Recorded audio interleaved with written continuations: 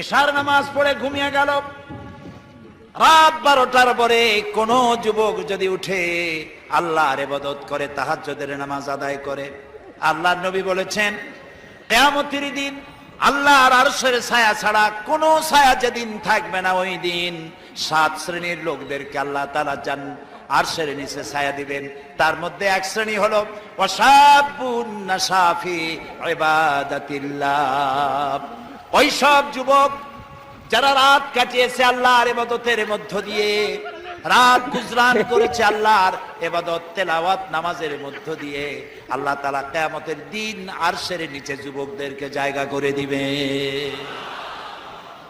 আজ এই পল্টন ময়দানে হাজার হাজার যুবকদের উদ্দেশ্যে বলি, যুবকেরা, তোমাদেরকে রাজনৈতিক দলের লোকেরা তোমাদেরকে লাঠিয়াল বাহিনী হিসেবে ব্যবহার করে,